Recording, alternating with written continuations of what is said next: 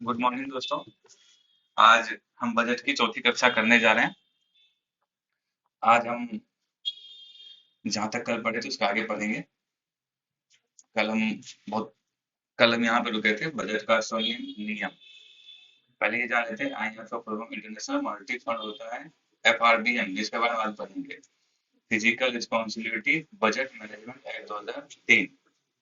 ठीक, इसमें पढ़ेंगे।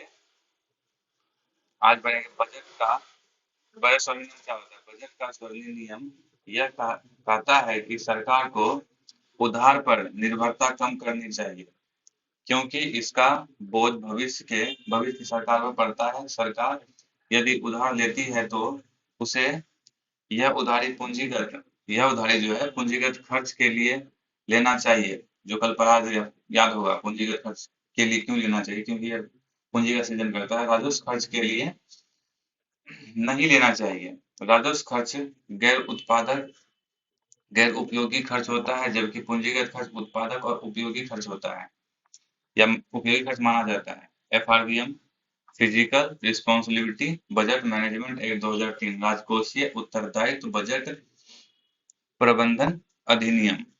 इसके बारे में पढ़ते हैं। वर्ष 1969 में सरकार द्वारा घाटे की वित्त व्यवस्था शुरू किया गया। घाटे की वित्त व्यवस्था याद है होगा आपको।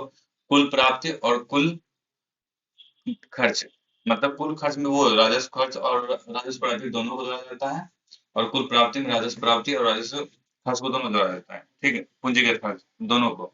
फिर बता रहे हैं, कुल खर्च में राजस्व प्राप्ति और पूंजी प्राप्ति दोनों को जोड़ा जाता है, और कुल खर्च में राजस्व खर्च और पूंजीगत खर्च दोनों को जोड़ा जाता है।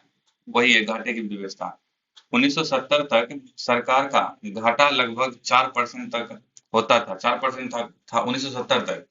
किंतु सरकार के खर्च में वृद्धि के साथ साथ सरकार का घाटा भी बढ़ने लगा, जो 1980 तक वृद्धि वृद्धि होकर लगभग 7% तक ही हो गया। इस प्रकार घाटे के बढ़ने से घाटे की वित्त व्यवस्था जो है धीरे धीरे अप्रासंगिक होने लगी। अप्रासंगिक का मतलब कि घाटे का जो वित्त व्यवस्था है ना, वो धीरे धीरे बढ़ने लगा, वो रुक ही नहीं रहा था। 1970 में 4% था, जबकि 1980 में 7% हो गया। वहीं 1990 में खाड़ी युद्ध के कारण इराक और यूएसए के बीच इसी टाइम में है ना अकाल भी पड़ा था बंगाल में। कच्चे तेल के मूल्य में तेजी से वृद्धि हुई, जिससे आयात महंगा होगा। कच्चे तेल के मूल्य में वृद्धि के मतलब आयात महंगा इसलिए हुई क्योंकि कच्चा तेल अब महंगा मिलने लगा, और हम लोग पता है कि कच्चे तेल पे आयात पे निर्भर है, हम लोग का निर्भरता ज्यादा है।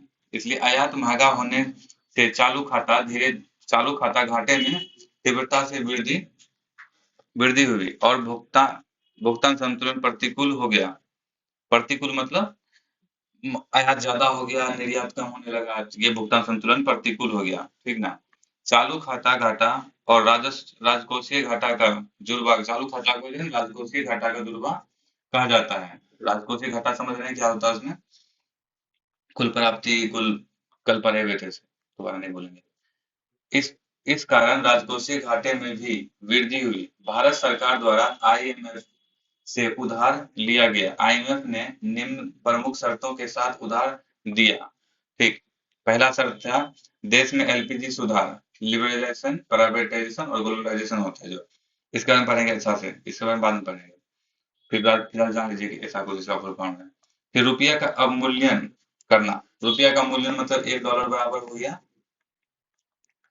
जब 80 रुपया था तो अवमूल्यन के बाद हो जाएगा $1 बराबर 85 रुपया। ठीक, इससे क्या होगा, निर्यात बढ़ जाएगा। निर्यात क्यों बढ़ेगा? क्योंकि भारत देश का जो उद्योगपति होगा तो वो चाहेगा कि विदेशों में निर्यात करें और वहां से डॉलर लेके आए, और यहाँ पे $5 उसको फायदा हो जाएगा, क्योंकि अवमूल्यन हो गया। तो इसलिए जो है ना, इसको कंट्रोल करना होता है। इसमें जो होता है अवमूल्यन ज्यादा हो जाता है, जिससे ये जो घाटा है बढ़ने लगता है। राजकोषीय समेकन को प्राप्त करने का प्रयास। राजकोषीय समेकन को प्राप्त करने का प्रयास मतलब कि राजकोषीय समेकन जो होता है, एक लक्ष्य रखा जाता है हर साल के लिए कि उसको पूरा करना है, तो वही होता है राजकोषीय समेकन, उसको प्राप्त करना चाहिए। सरकार द्वारा देश में राजकोषीय समेकन को प्राप्त करने के लिए वर्ष 2003 में संसद में एफआरबीएम कानून को पारित किया गया। एफआरबीएम कानून जो है वर्ष 2004 में प्रभावी हुआ। ये क्वेश्चन है, समालोचना इसको छोड़ दीजिए।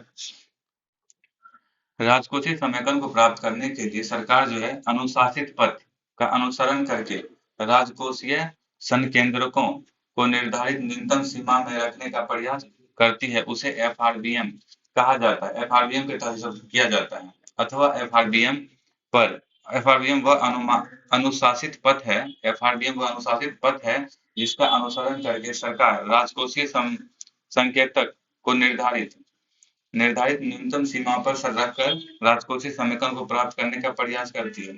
मतलब एफआरबीएम जो है ना, उसमें कोई नियम है जिससे कि ये जो घाटा है उसको कंट्रोल किया जा सके, उसी को राजकोषीय समेकन कहा जाता है। जो एफआरबीएम के तहत हमको राजकोषीय समेकन प्राप्त हो सकता है। ये देखिए, राजकोषीय समेकन यह किसी भी अर्थव्यवस्था के बेहतर स्वास्थ्य को प्रदर्शित करता है। राजकोषीय संकेतक, राजकोषीय घाटा, राजस्व घाटा, प्रभावी राजस्व घाटा और जीडीपी, इसका संकेतक यही होता है। इसी से पता चलता है कि समेकन को प्राप्त किया या नहीं किया। अब पढ़ते हैं एफआरबीएम का उद्देश्य। एफआरबीएम का उद्देश्य क्या है? राजकोषीय समेकन को प्राप्त करना एफआरबीएम का उद्देश्य है। अतः पीढ़ी क्षमता यह प्रदर्शित करता है कि वर्तमान सरकार बाजार में से कम उधार ले। मतलब एफआरबीएम के तहत कहा जाता है कम से कम उधार ले, जिसका भविष्य की सरकार पर चुकाने का दायित्व कम हो। अतः सरकार अनुशासित होकर खर्च नियंत्रित करे, घाटे को कम करने का प्रयास करती है, जिसके लिए एफआरबीएम की आवश्यकता होती है। एफआरबीएम की विशेषता क्या होती है? एफआरबीएम को वर्ष 2004 में लागू किया गया, जहां सरकार ने निम्नलिखित लक्ष्यों को रखे हैं। मतलब एफआरबीएम में लक्ष्य को रखा गया है। राजकोषीय घाटे को प्रति वर्ष 0.3%, मतलब प्रति वर्ष 0.3% कम करके 3% करने का लक्ष्य रखा गया, जो 2008-9 में था। कितना परसेंट हर साल कम करना है, जिसको कम करते करते 3% पे कम करना। मतलब राजकोषीय घाटा जो है 3% हो, ये लक्ष्य रखा गया था। और राजकोषीय घाटा को प्रति वर्ष, राजकोषीय घाटा में क्या होता है? राजकोषीय घाटा में राजस्व की प्राप्ति और खर्च, मतलब सरकार को जो वैसा प्राप्ति जिसमें लायबिलिटी नहीं है और वैसा खर्च जिसमें पूंजी का सृजन नहीं होता, इसको संतुलन करना चाहिए। वही कहा है कि इसमें 0.5% मतलब इसमें कम करना चाहिए। खर्च को 5% कम किया जाए, 0.5% कम किया जाए, ताकि 2008-9 तक में ये जीरो हो जाए। मतलब कि जितना प्राप्ति हो उतना ही यहाँ पे खर्च किया जाए। ये राजकोषीय घाटा के बारे में कहा जा रहा है। किसी भी वर्ष सरकार की बाजार उधारी या देयता 9% से अधिक नहीं होनी चाहिए तथा प्रत्येक वर्ष उसमें 1% की कमी करनी चाहिए। ये एफआरबीएम में लिखा हुआ लक्ष्य है इसका। सरकार उपयुक्त उद्देश्यों को प्राप्त नहीं कर सकती, कारण वर्ष 2008 में अमेरिका को सब प्राइम संकट का सामना करना पड़ा, जो बाद में वैश्विक वित्तीय संकट बन गया। इससे भारतीय अर्थव्यवस्था भी प्रभावित हुई तथा समृद्धि दर घटने लगा। तब समृद्धि दर को बढ़ाने के लिए सरकार द्वारा एफआरबीएम कानून को माध्यम में एफआरबीएम कानून को मध्य में ही छोड़ दिया गया, मतलब बीच में छोड़ दिया गया। जो अमेरिका में है ना, आर्थिक संकट आ गया था, जिसको सब प्राइम कहा जाता है। ये संकट आ गया था जिसका प्रभाव जो है ना भारत देश पे भी पड़ा था। इस वजह से जो 2004 से एफआरबीएम को लागू किया गया था, वो 2008 में इसको बीच में ही छोड़ दिया गया। इसके आगे देखिए, जो आगे स्टार में लिखा दिया है, एक मिनट इसको पहले स्टार में लिखा है 2012-13 में एफआरबीएम में 2 संशोधन किया गया। पहला संशोधन था प्रभावी राजस्व घाटा को शामिल किया गया। प्रभावी राजस्व घाटा क्या है? राजकोषीय घाटा माइनस वो ऐसा अनुदान जो पूंजी का सृजन करती है। ठीक।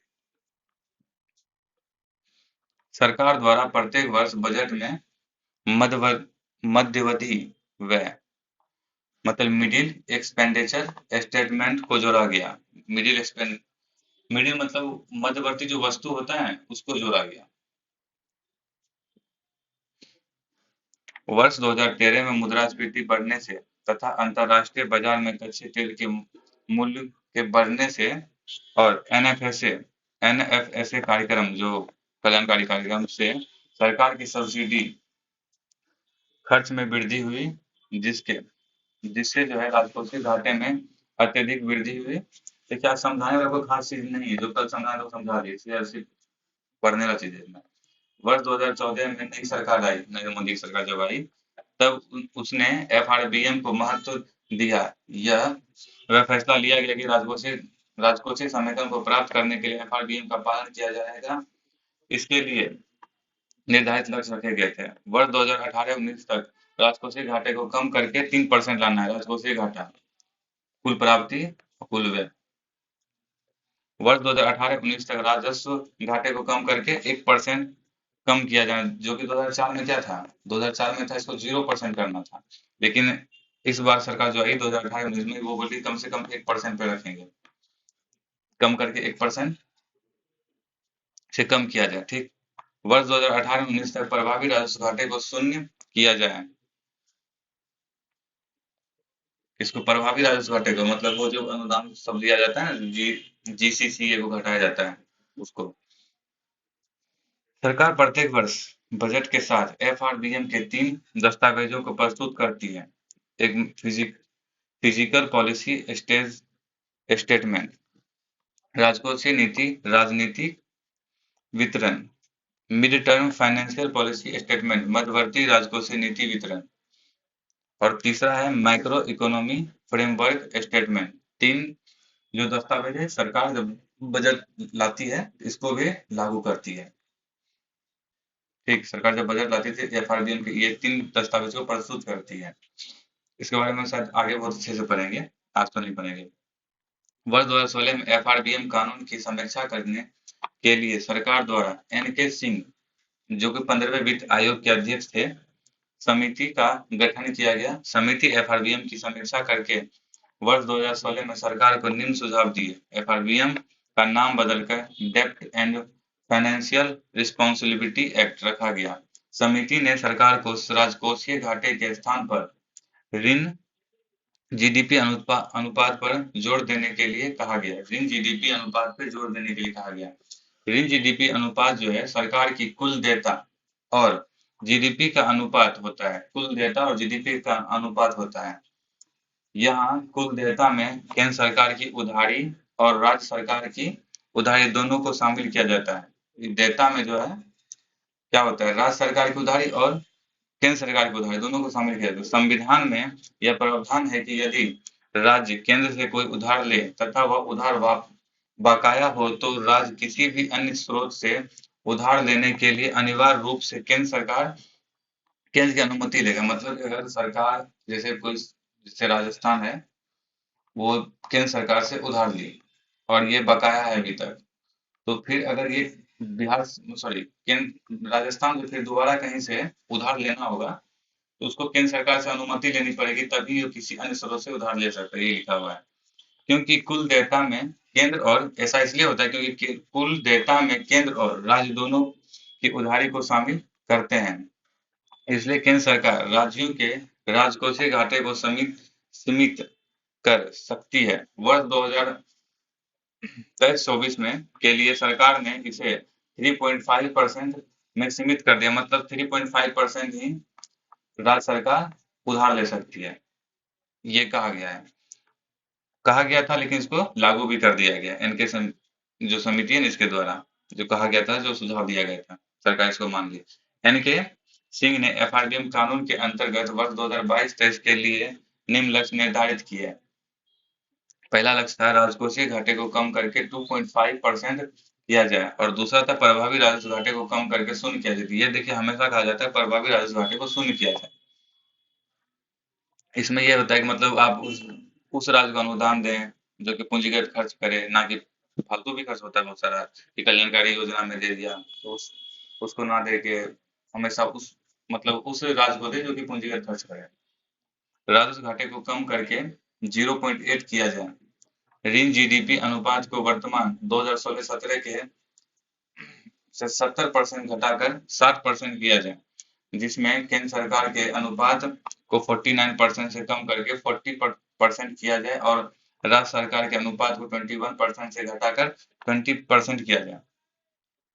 समिति ने यह सुझाव दिया कि सरकार किसी विशेष परिस्थिति में जैसे युद्ध, अकाल, महामारी, जीडीपी यदि 3% से अधिक कम है हो जाए तो इत्यादि में राजकोषीय परिषद की अनुमति से सरकार क्या क्या कर सकती है, किसी विशेष वर्ष एफआरबीएम मतलब ऐसा अगर हो जाए कि युद्ध हो जाए, अकाल हो जाए, महामारी हो जाए और जीडीपी 3% से कम हो जाए, अधिक मतलब 3% से अधिक कम हो जाए, इस वर्ष जो है सरकार जो है राजकोषीय परिषद की अनुमति से एफआरबीएम कानून के पालन से मना कर सकती है, राजकोषीय फिसलन। और सरकार जो है 0.5% से राजकोषीय विचलन कर सकती है, अर्थात मंदी 0.5 लक्ष्य को बढ़ा सकती है या समृद्धि दर 0.5% लक्ष्य को घटा सकती है। सरकार उपयुक्त लक्ष्यों को सरकार उपयुक्त लक्ष्य को प्राप्त नहीं कर सकी, कारण कोरोना, रूस यूक्रेन युद्ध में और उच्च मुद्रास्फीति, अंतर्राष्ट्रीय बाजार में कच्चे तेल के मूल्य में वृद्धि। वर्तमान में देश में राजकोषीय समेकन को प्राप्त करने के लिए सरकार एफआरबीएम कानून का अनुसरण कर रही है। वर्तमान 2019-20 में उस वक्त जो वर्ष 2019-20 में सरकार का राजकोषीय घाटा 4.7 था। कोरोना महामारी के कारण 2020-21 में सरकार का राजकोषीय घाटा जो 9% हो गया। तो वर्ष 2020-21-22 में सरकार द्वारा उसे कम करने के लिए 6.9 करने का लक्ष्य रखा गया और वर्ष 2022-23 में लक्ष्य 6.4% मतलब वर्ष 23-24 में इसको कम फिर लक्ष्य को और कम किया गया और 5.9 लक्ष्य रखा गया। इसी प्रकार 25-26 में जिसको 4.5 रखा गया है। एफआरबीएम की राह में चुनौती क्या है?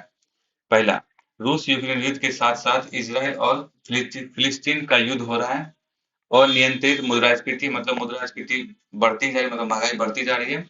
जलवायु परिवर्तन, अल नीनो का प्रभाव। अल नीनो जो होता है भूमि पे मतलब उपजाऊ भूमि को बंजर बना सकती है। अल नीनो की वजह से उपजाऊ भूमि पे फसल नहीं उग पाते हैं, वही अल नीनो का है। इससे क्या उत्पादन कम हो जाएगा, इसीलिए इसका भी प्रभाव पड़ रहा है, जिससे उत्पादन आबादी में कम होगा, महंगाई बढ़ जाएगी, तो फिर एफआरबीएम के लक्ष्य को प्राप्त नहीं कर पाएंगे हम लोग। यही है, इसलिए जलवायु परिवर्तन को इसमें रखा गया है। अंतर्राष्ट्रीय बाजार में कच्चे तेल के मूल्य में उतार चढ़ाव। कच्चे तेल के मूल्य में उतार चढ़ाव का मतलब है कि कच्चा तेल महंगा होता है तो यहाँ पे उत्पादन लागत बढ़ जाता है। उत्पादन लागत मतलब ट्रांसपोर्टेशन चार्ज जो बढ़ जाता है। आगामी चुनाव उस टाइम था, ये तो अब फिलहाल अभी नहीं है। आगामी चुनाव हटा दीजिए, ये जब चुनाव होता है तो उस समय ये चुनौती बन जाती है, फिलहाल अभी नहीं है। एफआरबीएम कानून में निम्न संकेतकों का शामिल किया जाता है। ये जो आगामी चुनाव का मतलब पता क्या होता है? आगामी चुनाव में सरकार बिना मतलब का भाषण दे देगी क्या कि इस बार मेरी सरकार बनेगी तो आप लोग को इतना रुपया दिया जाएगा। तो यही हुआ लोक लोकवन प्रचार। राजस्व घाटा, प्रभावी राजस्व घाटा और राजकोषीय घाटा और ऋण जीडीपी अनुपात। एफआरबीएम में प्राथमिक घाटे को शामिल नहीं किया जाता है। ठीक है, राजस्व घाटा को शामिल किया जाता है, प्रभावी राजस्व घाटा को शामिल किया जाता है, राजकोषीय घाटों को भी शामिल किया जाता है, ऋण जीडीपी अनुपात को भी शामिल किया जाता है, लेकिन एफआरबीएम में ये याद रखिए प्राथमिक घाटे को शामिल नहीं किया जाता है। बजट के प्रकार। बजट के 6 प्रकार हैं: पारंपरिक बजट, प्रोग्राम बजट, निष्पादन बजट, परिणाम बजट, शून्य आधारित बजट और लैंगिक बजट। पारंपरिक बजट, यह बजट निर्माण की सबसे पुरानी और पारंपरिक विधि है निर्माण की, जहां सरकार प्रत्येक वर्ष अपने कुल खर्च और उससे संबंधित कुल प्राप्ति को प्रदर्शित करती है। यह बजट बनाने का सबसे आसान तरीका है। यह बजट बनाने का सबसे क्या है, देखिए, कुल प्राप्ति है और क्या कुल खर्च है। नॉर्मली निकालने में आसान होता है क्योंकि कुल खर्च भी 2 प्रकार का होता है और कुल प्राप्ति भी 2 प्रकार की। सरकार को ये निकालना नहीं होता, सरकार सीधा कुल खर्च निकाल दी, कुल प्राप्ति निकाल दी, हो गया। यह बजट बनाने का सबसे आसान तरीका बाजी में है। यहाँ केवल कुल खर्च और कुल प्राप्ति को ही प्रदर्शित किया जाता है। इसे वृद्धिमान लाइन आइटम बजट भी कहा जाता है, क्योंकि हर वर्ष सरकार का खर्च पिछले वर्ष की तुलना में बढ़ता है। पारंपरिक बजट की सबसे बड़ी चुनौती यह है कि इसमें केवल कुल खर्च को प्रदर्शित किया जाता है, जबकि खर्च का वर्गीकरण मंत्रालय और विभाग अनुसार अनुसार नहीं किया जाता है। एक मिनट, सबसे बड़ी चुनौती यहाँ ये है कि इसमें केवल कुल खर्च को प्रदर्शित किया जाता है, जबकि खर्च का वर्गीकरण मंत्रालय और विभाग अनुसार नहीं किया जाता है। मंत्रालय और विभाग का मतलब किस मंत्रालय में कितना खर्च हुआ, ये पारंपरिक क्या बता रहे हैं, जो कभी शायद नहीं होता। इसमें होता है क्या कि मंत्रालय, हर मंत्रालय में कितना खर्च हुआ ये प्रदर्शित इसमें नहीं किया, इसलिए ये आसान होता है। अब प्रोग्राम बजट, यह पारंपरिक बजट की चुनौतियों को दूर करता है। यहाँ बजट विभिन्न मंत्रालयों या विभाग अनुसार बनाया जाता है। इसे मिनी बजट भी कहा जाता है। इस बजट में चुनौती यह है कि कुल खर्च का वर्गीकरण तो होता है, किंतु खर्च से संबंधित लक्ष्य या उद्देश्य नहीं होते। मतलब किस मंत्रालय में कितना पैसा देना ये तो होता है, उसका लक्ष्य इसमें निर्धारित नहीं होता है। निष्पादन और परिणाम बजट, यह इसका मतलब समझ गए ना, कि मतलब मंत्रालय में, इससे पहले पारंपरिक में था कि खर्च तो कर रहे, लेकिन इसमें मंत्रालय नहीं बताया जाता, लेकिन प्रोग्राम बजट में मंत्रालय तो बताया गया, लेकिन इसमें इसके लक्ष्य या उद्देश्य को नहीं बताया जाता इसमें। अब पढ़ते हैं निष्पादन और परिणाम बजट, यह प्रोग्राम बजट में लक्ष्य या उद्देश्य को शामिल कर, इसमें जो लक्ष्य और उद्देश्य को शामिल कर दिया जाता है तो यह निष्पादन बजट के रूप में प्रदर्शित हो जाता है। इस प्रकार निष्पादन बजट में सरकार प्रत्यक्ष खर्च के साथ लक्ष्य या उद्देश्य को निर्धारित करते हैं, जो खर्च की प्रासंगिकता को बताता है, किंतु निष्पादन बजट में केवल भौतिक उद्देश्यों को शामिल किया जाता है। गुणात्मक उद्देश्य मतलब कि इसमें क्या सुधार होता है, मतलब ऐसा हुआ कि मतलब लक्ष्य रखा गया कोई चीज के लिए, स्वास्थ्य के लिए रखा गया, तो स्वास्थ्य के लिए हॉस्पिटल बनाया गया, ठीक है, स्वास्थ्य के लिए हॉस्पिटल बनाया गया, और हॉस्पिटल से देश पे क्या प्रभाव पड़ा, गुणात्मक प्रभाव, मतलब कि देश के सभी नागरिक स्वस्थ हैं या नहीं, ये उद्देश्य को शामिल इसमें नहीं किया जाता। इसलिए वर्ष 2007-8 से सरकार द्वारा सभी मंत्रालयों में निष्पादन बजट के साथ के स्थान पर परिणाम बजट को शुरू किया गया। परिणाम बजट जो है 3.0 पर आधारित होता है। इसमें जो पहले बता दिए, इसमें जो गुणात्मक मतलब कि इससे क्या सुधार हुआ पब्लिक में या देश में क्या सुधार हुआ, ये सब नहीं दिखता इसमें। देखिए पहला होता है ओ आउटलेट कुल खर्च, ओ आउटपुट भौतिक उद्देश्य, और आउटकम गुणात्मक उद्देश्य। आउट खर्च में मंत्रालय का विभाग हो गया, इसमें उद्देश्य दे दिया गया, और इसमें गुणात्मक जिसको प्रदर्शित किया जाता है कि हमारा देश वर्ल्ड में कितने स्तर किस स्तर पे है अभी। इस प्रकार परिणाम बजट अन्य बजट की तुलना में संशोध संसाधनों के अपव्यय को रोकता है तथा यह संसाधनों के कुशलतम और प्रभावी प्रयोग को बढ़ाता है, क्योंकि यह परिणाम आधारित होता है। उदाहरण माना सरकार का कुल खर्च जो है वित्तीय वर्ष 45 लाख करोड़ है, 45 लाख करोड़ है पारंपरिक बजट, ठीक, खर्च में है। उपयुक्त 45 लाख करोड़ में जो है ग्रामीण विकास मंत्रालय के लिए 20,000 करोड़ जो हो गया प्रोग्रामिंग, मतलब जिसमें किस मंत्रालय को कितना दिया गया ये शो हो रहा है, ये प्रोग्रामिंग बजट हो गया।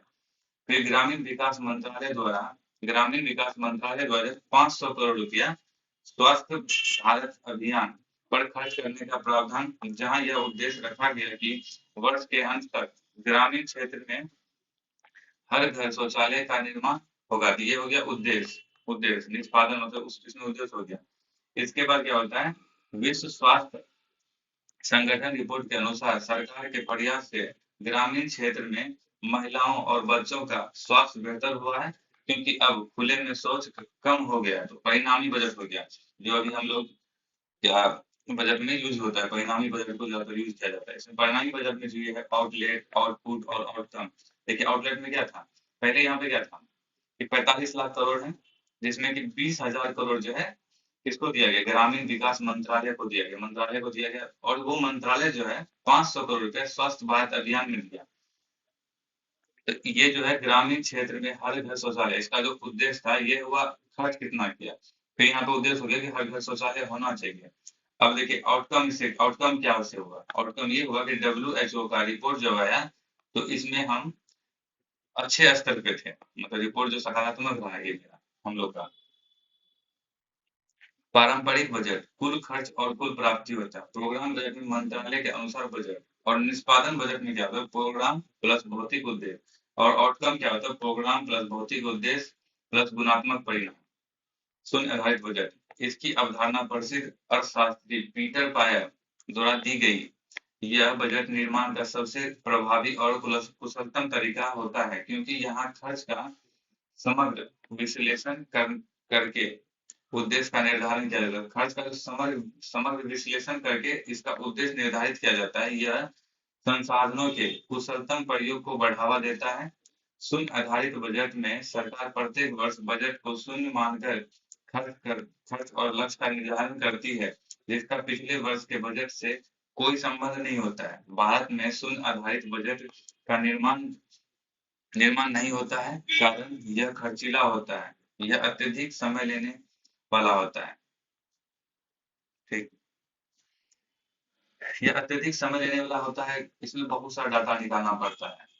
पिछले वर्ष का डाटा को छोड़ दिया जाता है, फिर इसको जीरो से शुरू किया जाता है, इसलिए यह अत्यधिक खर्चीला होता है। ठीक, तो आज की कक्षा हम यही समाप्त करते हैं।